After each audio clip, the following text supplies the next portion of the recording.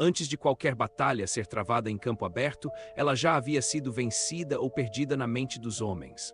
Os grandes líderes da antiguidade compreenderam com uma clareza que a modernidade ainda luta para alcançar, que o medo é um instrumento de governo tão preciso quanto a espada ou o código de leis. No Egito dos faraós, na Pérsia de Dário e Xerxes, na Macedônia de Alexandre, no Senado de Roma e nas estepes onde cavaleiros nômades ergueram impérios, a arte de governar era inseparável da arte de ser temido.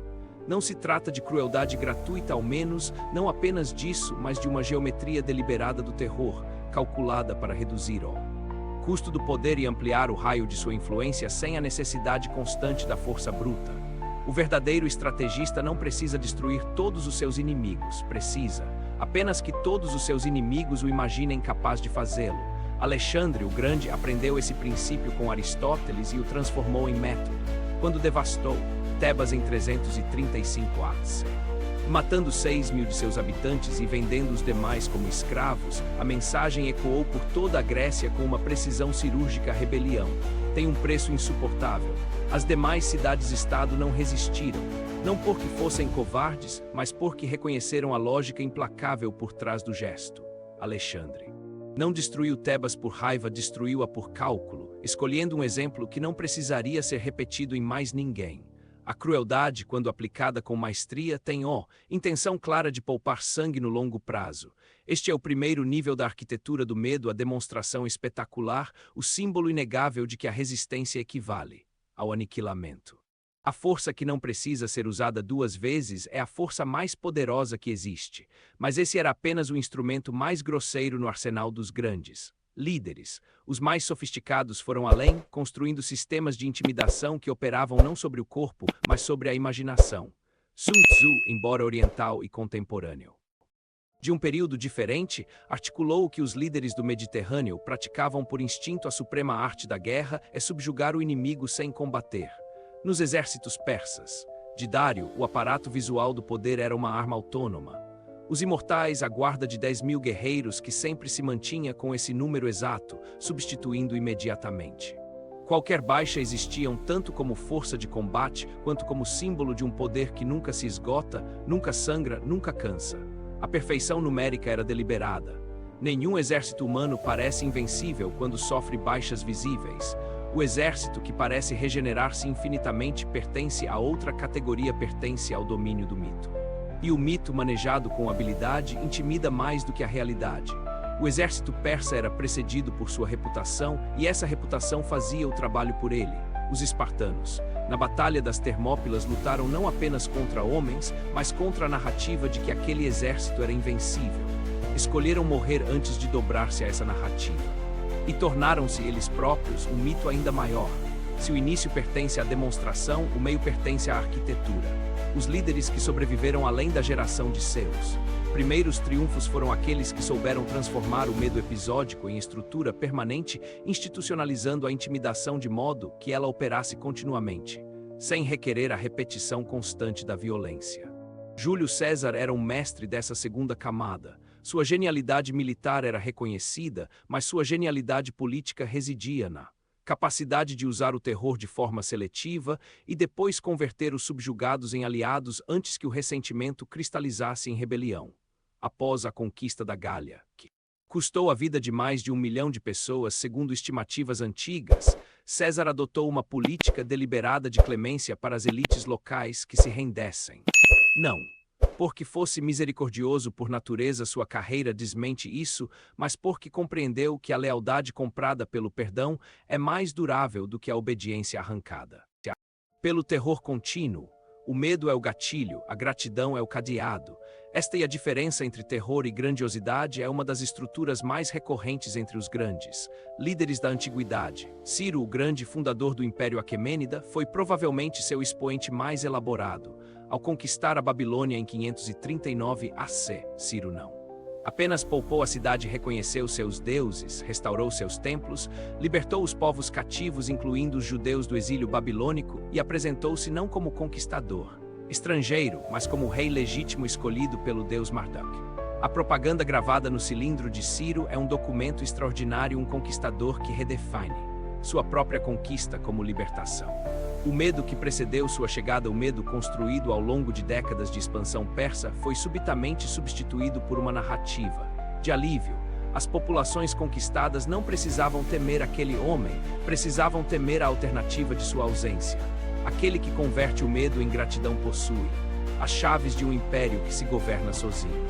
Esta foi a descoberta mais profunda dos grandes estrategistas. O medo não precisa ser direcionado ao líder, pode ser direcionado ao caos que existiria sem ele. Roma desenvolveu esse princípio até transformá-lo em sistema jurídico e cultural. O Pax Romana não era simplesmente paz, era a pacificação pelo espetáculo da força. As estradas romanas que cortavam o Mediterrâneo serviam ao comércio, mas também serviam ao deslocamento rápido das legiões. Cada marco miliário era um lembrete silencioso de que Roma chegaria rapidamente a qualquer ponto do império. A arquitetura monumental, os aquedutos, os anfiteatros, as basílicas eram uma linguagem do poder que dispensava palavras. Nenhuma tribo local poderia construir aquilo, e tudo aquilo pertencia à civilização romana. O medo aqui assumia a forma de uma equação implícita. Resistir a Roma era resistir à própria ordem do mundo. Os gladiadores no Coliseu não eram apenas entretenimento. Eram a demonstração periódica de que Roma controlava a vida e a morte com a elegância de quem organiza um espetáculo. Seneca observou, com desconforto filosófico, que o público saía mais cruel do que entrava, mas esta era precisamente a função do espetáculo. A violência ritualizada mantinha viva, na mente coletiva, a consciência de que o Estado possuía esse poder e escolhia, por generosidade, não exercê-lo sobre cada cidadão individualmente. Ao norte do Mediterrâneo, nos mundos que a historiografia clássica chamava de bárbaros, as táticas de medo assumiam formas diferentes, mas igualmente sofisticadas. Átila, rei dos hunos, compreendeu que a reputação pode preceder os exércitos a distâncias que nenhum cavaleiro percorreria. Seus emissários chegavam às cidades antes de seus guerreiros, não para negociar, mas para narrar. As histórias sobre o que acontecia às cidades que resistiam eram cuidadosamente gerenciadas, às vezes exageradas, sempre circuladas. Átila não controlava apenas o campo de batalha, controlava a narrativa sobre o campo de batalha.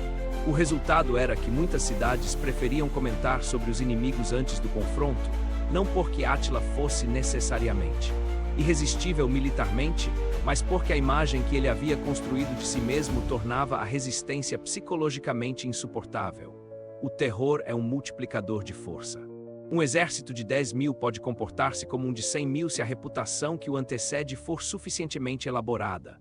Toda estratégia tem um horizonte, formidável e glorioso.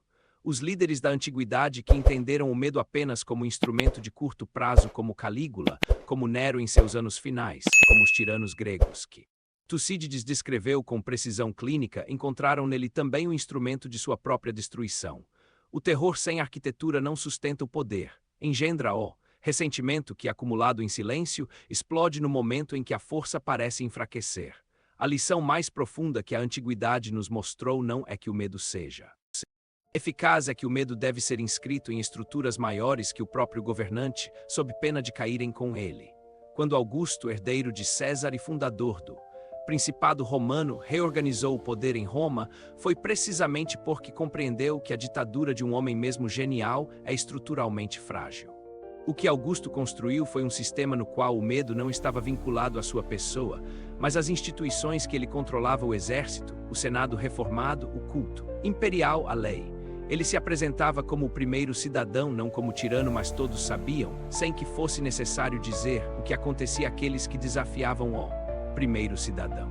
Esta sofisticação final, a impessoalização do poder, é o estágio mais avançado da estratégia do medo na antiguidade. Alexandre morreu sem sucessor claro e seu império fragmentou-se em uma geração. César morreu assassinado porque havia concentrado o poder de forma demasiadamente visível. Augusto morreu na cama, aos 75 anos, e o império que construiu sobreviveu por mais 4 séculos. A diferença não estava no gênio militar. Alexandre era superior, nem na força bruta, mas na compreensão de que o poder duradouro precisa ser invisível nos seus mecanismos, mesmo quando suas consequências são perfeitamente visíveis. O medo que sustenta um império não pode depender da presença física de quem o inspira. Deve ser tecido no próprio tecido das instituições, na memória coletiva de um povo que acredita no que escuta. das punições, na lógica inescapável das recompensas e dos riscos. Os impérios que duram não são aqueles em que todos temem o governante, são aqueles em que todos compreendem que o sistema é mais poderoso do que qualquer indivíduo.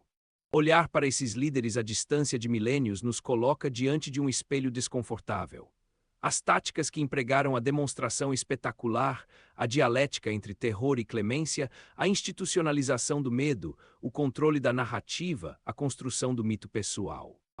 Não desapareceram da história. Refinaram-se, encontraram novas formas, adaptaram-se a contextos que os antigos não poderiam imaginar.